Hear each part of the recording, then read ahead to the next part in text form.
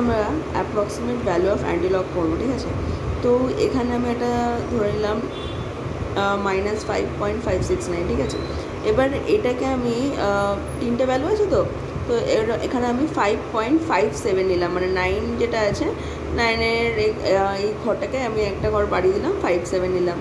এবার এখানে যেহেতু -5 আছে, ঠিক আছে, তো আমি এখানে 10⁻⁻6 নিচ্ছি, ঠিক আছে। 10⁻⁻6 মানে একটা ঘর বাড়িয়ে দিলাম। এবার এটা 0.5 হলো। এবার দেখো 10-এ 1.0 থেকে 0.5 মাইনাস করো, তাহলে দেখো 0 থেকে 0.5 পেলে 0.5ই থাকে। এবার 10⁻⁻6 ইন্টু 0.5, 0.5-এর লগ ভ্যালু অ্যাপ্রক্সিমেট কত, সেটা হচ্ছে যে log 3-এর অ্যাপ্রক্সিমেট হচ্ছে log 3-এর ভ্যালু হচ্ছে 0.48, ঠিক আছে। তো এটা অনেকটা কাছাকাছি 0.5-এর। তো আমি অ্যাপ্রক্স